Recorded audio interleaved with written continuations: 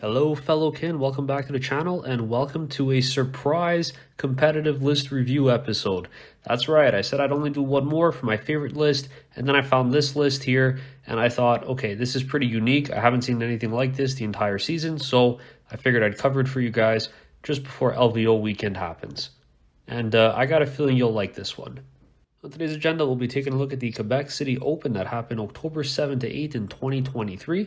We'll be examining the Votann placing, look at the matchups, the scores, do a list analysis, look at some strengths and weaknesses, and then contextualize the results of the placings. The list was piloted by Jeremy Atkinson, who came first place out of 34 players, securing 4 wins, 0 losses, and 1 draw. I believe this is the first draw we've ever seen on the channel as well, which certainly makes things interesting considering it was against Astra Militarum, utilizing the shootiness of this list, which we'll see in a moment.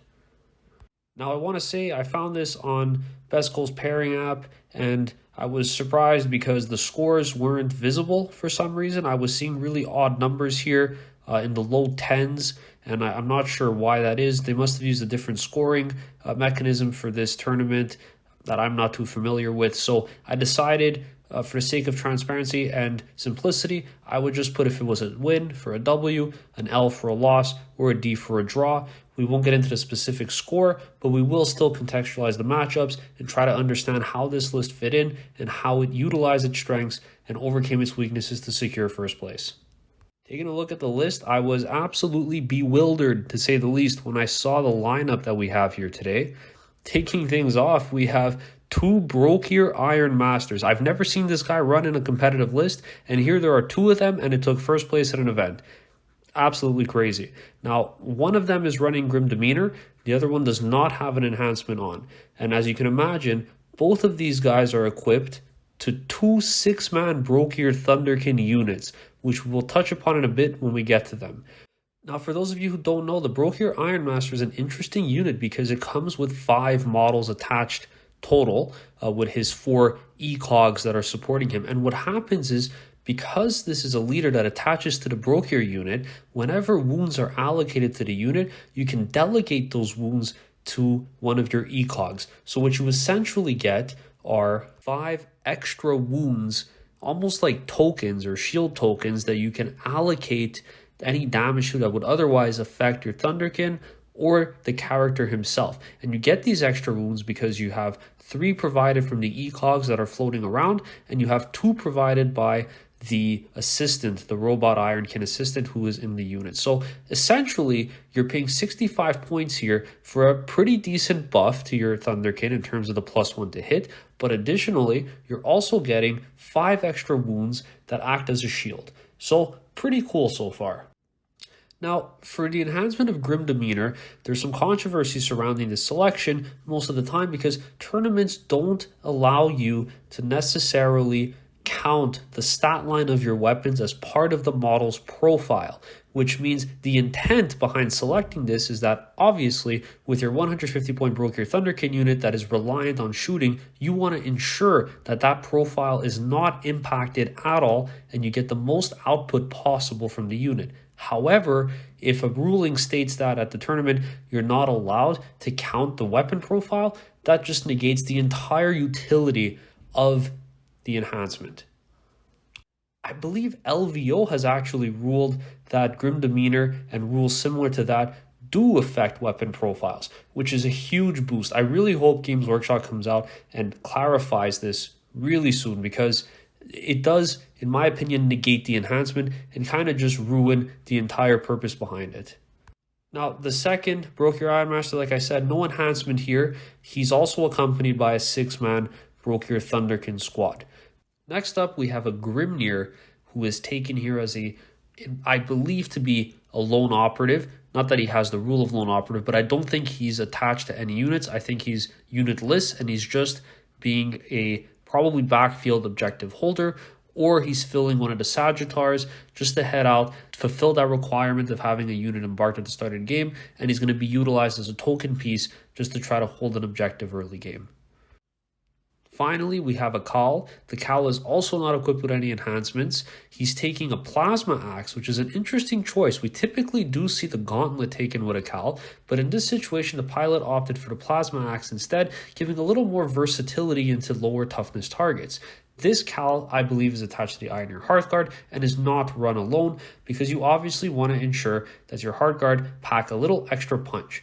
Now, we'll get to the Hearthguard loadout in a little bit, and I think you'll be a little bit surprised to see the reasoning behind the decisions made.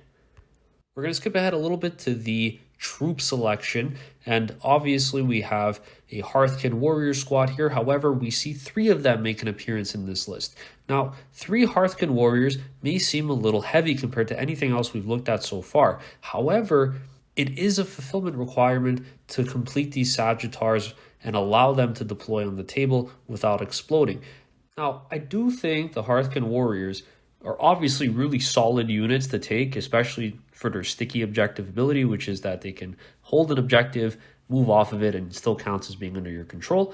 I think when you're taking 30 like this, it gives you a little bit more flexibility into secondary play and just the board presence as a whole, because when you separate your Hearthkin Warriors, especially with taking a Grimnir, which fulfills the requirement of filling one of your Sagittars, it gives you the option of adding one of those Hearthkin warriors that would initially be required to deploy in the Sagittar either on the table in your backfield objective, immediately holding it and granting you that sticky objective, or it allows you to put that unit into strategic reserve, which means you can have a 5-man Hearthkin warrior squad simply walk out of strategic reserves towards the end of the game once there's nothing left on your opponent's side and score a super easy secondary objective either in or near your opponent's deployment zone or in some other table quarter. Overall, I do like this flexibility a little bit because the Grimnir does allow you to have that flex choice. You can have all the Hearthkin start inside the Sagittars with the Grimnir on the backfield, or you could put the Grimnir inside and substitute that by taking out 5 of the Hearthkin warriors and putting them into strategic reserves or starting them on the table instead. Pretty interesting tech choice.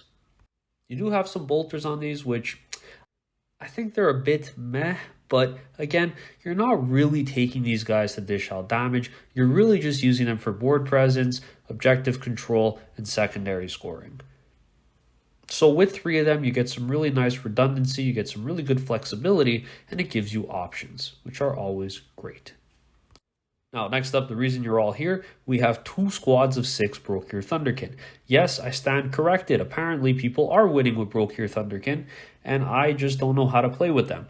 I am surprised to see them in a list that came first place, and I'm even more surprised to see 2 of them in squads of 6. Now, I will say I did cover in one of my other videos that I think that I would only consider taking them in a squad of 6 because that is where you get the most amount of efficiency and average to be able to kill their intended targets reliably. And that's the whole thing with these guys. They are an extremely swingy unit, and typically when I'm going in or anybody's going into a competitive game, what you're looking for is reliability. You want to be able to quickly calculate the chances of you killing something on average. Sure, you can whiff the roll, but on average, you should be able to do something, so at least you know it was the right decision to do. With something like the Brokyr Thunderkyn, it's such a difficult unit to predict because there's so much variability in the sheer output potential you have.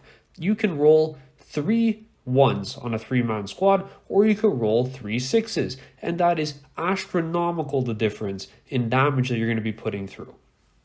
And this variability is why I think I'm really reluctant on running these in any of my lists, and why I think a lot of people are disappointed in how they perform on the table, because sure, you remember the times where they hit 30 damage in one shot, but what happens the other 10 games when you whiff and you only end up doing 10 damage with a squad of 6?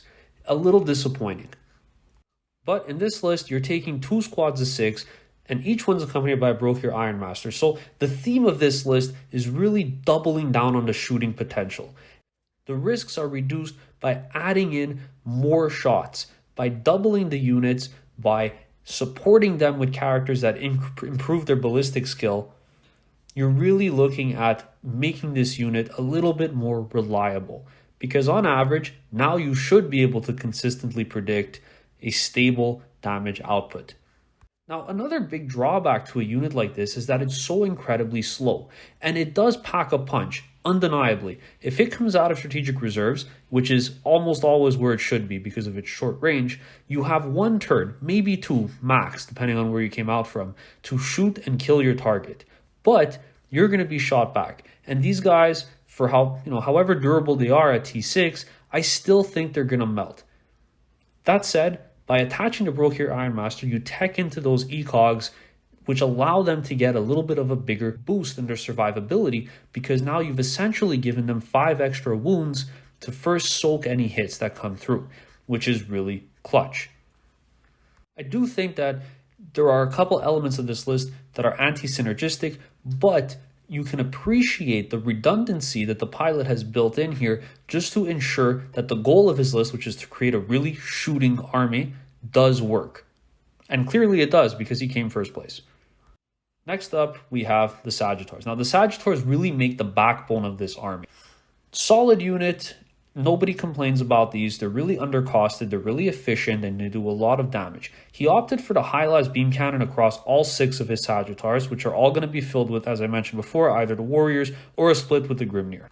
Now, the high-las beam cannon, I'm always torn, and I mentioned this a few times, I'm always torn between the high-las and the missile launcher, because I like that reliability of the missile launcher, but I almost feel silly taking it when I know that there's a pretty good chance of rolling hot with the high-las cannon beam. It's just too tempting of an opportunity to pass up on. At least when you're running 6 or even 4 to 6 of these guys, you reduce that variability because you're adding rolls throughout the course of the game. When you have 6 of these, you're rolling 6 shots a turn, presuming that these guys are going to live, but you're rolling for each of these vehicles, and each one has the chance to do a lot of damage, so you can potentially, and most likely will, score at least a few higher performing shots, which will help compensate for any whiffs you get earlier on. Now, something else that's really good about the Sagittar is the pre-game scout move. Scout moves are really punishing because they help set you up for success very early on in the game. It helps you determine what your opponent needs to do, and they're so reactionary. That's what I love about them, because they happen after first turn is decided, which means if you're going first, you can play more aggressive, and if you're going second, you pull these guys back or send them into cover. I think a big reason why the Brokyr Thunderkyn can work in this list is because you have 6 Sagittars running around the board, so you can't really ignore these guys, and I'll add, this list is quite heavy in anti-tank, and I think that's the point. The Sagittars are a threat that can't be left alone. You need to shut them down, you need to pick them up and kill them early. But the Brokyr Thunderkyn are also anti-tank. However, they have the potential to be anti-infantry as well with their blast option. So this is really cool because now you create a dilemma for your opponent. Do you go for the Sagittars that are very quick and very strong at anti-tank shooting?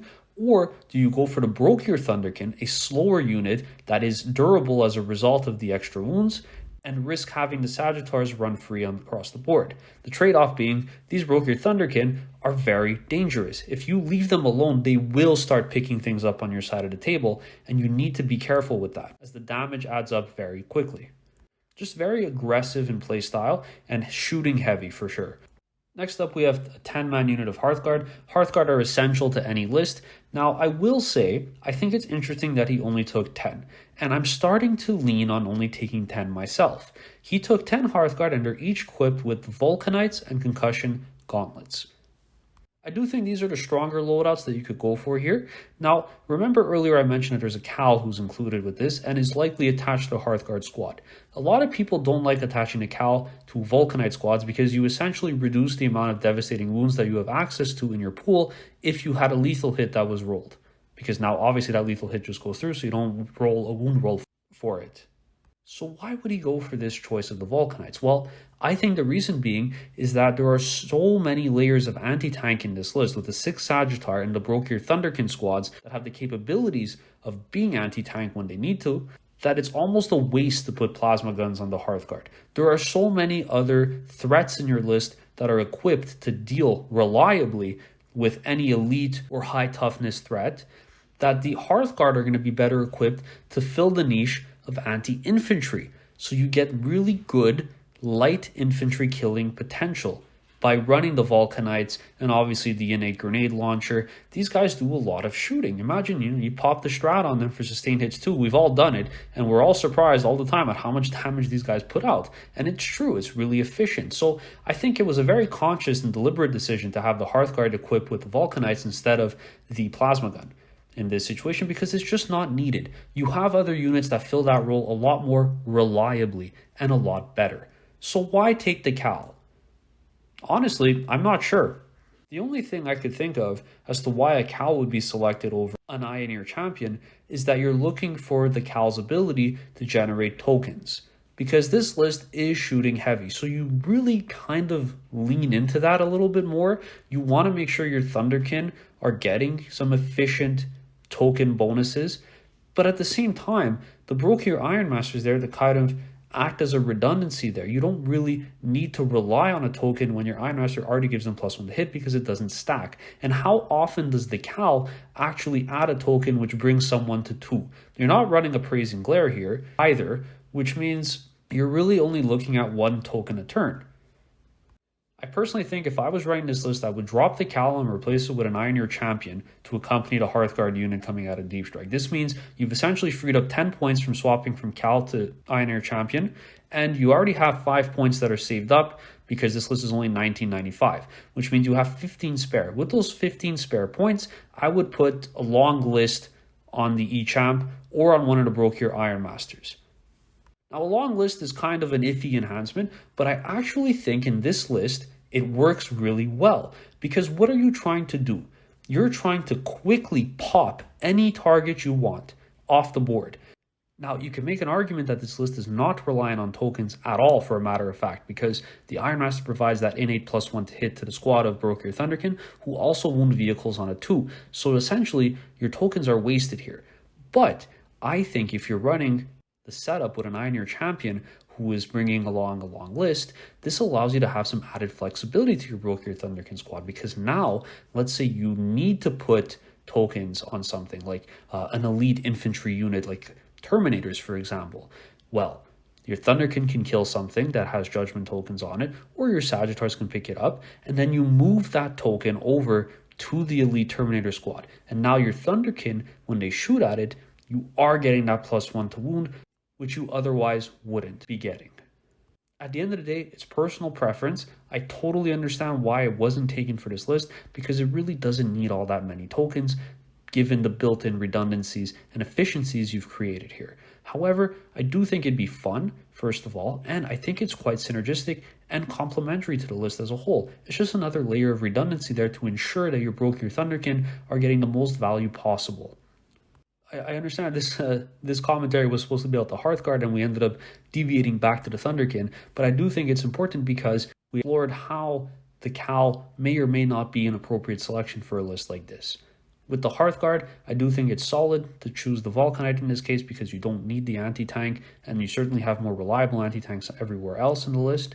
And I think that a 10-man unit is always a solid choice. It's always a great hammer. You bring it down, you pop a strat, and you're guaranteed to kill whatever you're trying to take out.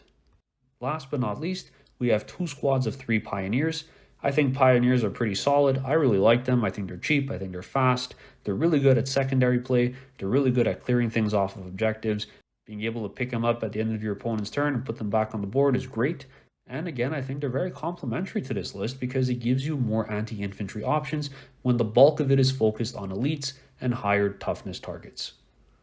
I sort of already covered a lot of the strengths and weaknesses in my analysis, just baking it in, but real quick, the army has a lot of shooting. It's very clear that it does. It's super durable because of those added wounds that you're able to give and allocate to your Thunderkyns, which are generally pretty tough targets. It's an aggressive, shooty list, which I think might take people by surprise when they play against Votann, as they might be used to a more cagey experience. You also have pretty good secondary scoring, which I mentioned a bit. You got the bikes, which could go into reserves and pop out anywhere on the board. You have the flexibility of using your Grimnir or your Hearthkyn Warriors to move around and try to score things for you. And you have 6 really fast scouting vehicles. Now for weaknesses, there are some pretty clear ones as well. And I think one of them is that there's no dedicated melee. The list leans pretty heavy into shooting, and it's understandable why you wouldn't want to saturate or dilute that by having any other types of units inside and really just lean fully into that. It's a little bit of a skew with this regard, but I think some melee units would be really nice just to help make the list a little bit more all-rounder. What happens if you're against a really aggressive army, like World Eaters, for example, where you need to have some kind of countercharge? I don't think you could afford to keep your Brokyr Thunderkyn in the backfield, because then the chances are they're probably not going to move out of there for the rest of the game. On that note, the army lacks mobility. Yeah, sure, it has 6 Sagittars, but think about what could go inside of them. Only the warriors. There's no way for you to theoretically pick up your Thunderkyn from one end of the board and bring them to another side, and same thing with your Hard Guard. If you got a few guys left over, they're just stuck there. Essentially, your hard-hitting units are the ones that lack the mobility, and instead you've given it to your other options, such as your Sagittars and your Bikes, which isn't necessarily bad. I just think it's a bit of a weakness that can be exploited. The last thing I want to mention for a weakness is that the list is really swingy. Like, I'm not a gambling man, but if I were, I'd bet this man's a gambler. And I'm joking, but in all seriousness, it's a lot of random shots, a lot of randomness. I think that's a weakness because it's difficult to predict the output of your shooting and the output of your units when you have such variability in a list. That said, there's also the potential to do some really insane damage if you spike. And I suppose the pilot is leveraging that risk to reward ratio. Now, in terms of matchups, I will say I think the pilot's a little bit lucky that he didn't play against Eldari, World Eaters, or Chaos Space Marines, because those are some really aggressive armies that would be able to take advantage of the weaknesses we identified in this list. But that's not at all to take away from the victory that the pilot earned, because I think he did a really great job piloting this to be able to secure 4 wins and a draw, essentially no losses. Against Dark Angels, I think this list does well. Why? Because you can clearly identify a target threat, being the Terminators, you put your Judgment tokens on that, and being a shooty army, you make sure that that target dies before it reaches you. Once you take care of the biggest threat, being the Blob, you've essentially eliminated any major melee threat to your army. And with that out of the way, you can sit back and you can shoot. Space Marine vehicles are also pretty interesting targets for Votann, because you can pop Armor of Contempt and you could get cover. And if you have both of those things, your Brokyr are essentially invalidated for damage output. Now, we can't see the points, which is an absolute shame, because I'd be really curious to see how much of a discrepancy there was between the victory and the defeat here, just because it would help me conceptualize what kind of list the Dark Angels player was running. Space Marine vehicles, like I said, are really interesting with that regard because they're surprisingly resilient against Votann shooting. So how many vehicles was the Dark Angels list running, and how did the Votann player deal with that? Votann versus Astra Militarum. This is a draw, and I can kind of see why. Now, because the Votann player is a shooting army, you're essentially playing an arms race against Astra Militarum, who is also a shooting army. Now, Astra Militarum has pretty good shooting. I would imagine it's pretty difficult to efficiently trade your Brokyr Thunderkyn into Astra Militarum because the sheer number of vehicle threats that are present in an Imperial Guard list. I would imagine that this is a pretty tight game of trading back and forth between shooting units coming in and out of reserves and anti-tanks taking shots at each other. Funny enough, I'd say this is the equivalent of one of those tight games we've seen in the other videos that are more melee-centric against armies like World Eaters or Blood Angels, where I've mentioned that those are probably really fun games for the pilots to play just for how close they were. Same thing here. This is a matched list design, and what we see as a result of that is a pretty even game. Now, I know I said that he didn't play against Chaos Space Marine. That's technically not true because he played against Iron Warriors. And for a second, I confused myself because I was wondering, wait, do Iron Warriors have an index? And I realized, no, they don't. That's just Chaos Space Marines with Iron Warriors flavor. And with Iron Warriors being the heading, I'm inclined to believe that there were a lot of vehicles. Now, Chaos vehicles such as Predators or Vindicators without access to abilities such as Armor of Contempt, I think will melt against this list. And that's probably what happened here. I think the Sagittars were very good at trading into them and picking up vehicles. I think the Brokyr might have been used to trade into Obliterators if the opponent was running any. And I don't imagine that they were too heavy on melee threats, which was to the benefit of the Votann player. Again, I can't see the scores, which would really help indicate to me as to what the Iron Warrior player was probably running in his list. But we know that the 10-man Hearthguard unit plays the role here as the counter punch. So if the melee threats in a Chaos Space Marine list are present, we know that the Hearthguard unit would come down and would likely effectively trade that unit. Votann into Death Guard. So I think this list is pretty good into Death Guard, namely because Death Guard are just as slow as Votann are, which is really good because the biggest weakness for Votann is that we're a slow army. So when you don't need to worry about getting your hard-hitting units like your Thunderkyn or your Hearthguard across the table or moving away or towards a threat, I think that really helps this list and is advantageous to your overall positioning and ability to securely fire safely from a distance. I'm inclined to believe here that the Thunderkyn absolutely loved this matchup in this game because there are some pretty juicy targets here, presuming that the Death Guard player was running some vehicles. Now, if the Death Guard player was running Mortarion, I still think that this list is pretty good into him because of the sheer number of shots that you have. What you're looking for against a big, tough unit like that is difficult to shift is just quantity. And you have that. You have actually both quality and quantity, because if you need to, you can allocate all the shots from your Sagittars, which are probably pretty safe in a Death Guard matchup. So you use those to either try to nuke the big target, or you use your Hearthguard or your Thunderkyn to pepper them away. Now, for the last game here into Adeptus Sororitas could seem a little scary on paper when you think about all the Meltas that they have, but then again, the Meltas are only wounding your vehicles on 5s, and so with so many vehicles in your list, I think it adds an extra layer of durability. You simply outscale your opponent here. Your threats are far more durable than their offensive output. They also have a similar archetype to us in that they're running these transports, and inside they have their cheap chaff, just like us. So in a lot of ways, it's pretty funny because if there was a target for your warriors to effectively trade with, it would be Adeptus Sororitas. And so in this case, with 30 warriors, I actually think they did pretty well in this matchup.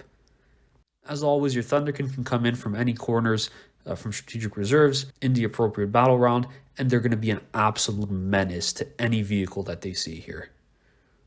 Finally, whether he decided to hold his bikes back or use them aggressive early on, I think he still has a lot of good secondary play, the ability to contest and hold primary pretty well as well, leading to a secure victory. Alright guys, so that was a quick review of the list. I say quick, but we're almost at 30 minutes. I hope you guys liked this one. I know there's a lot of fans here for Brokyr Thunderkyn. I personally love the models as well, and I'm always looking for a reason to take them to the table. So if there are lists that are performing great with their inclusion, I'd love to hear about them. Are you guys having any success with your Thunderkyn? Please let me know if you try a list like this out, if you have, or if you're running something else to include them and make them work. As always, thank you guys so much for watching. I have a few other videos planned for this month, but they're kind of dependent on the data slate coming out before I commit to anything, as I don't want to have that information invalidated. For that reason, this will be officially the last competitive list review before the data slate comes out, and I'm hoping that events start running them shortly after. I might cover LVO, I'm not entirely sure yet. If that's something you'd be interested in, please let me know in the comments below. As always, thank you guys so much for watching, and I'll catch you all in the next one.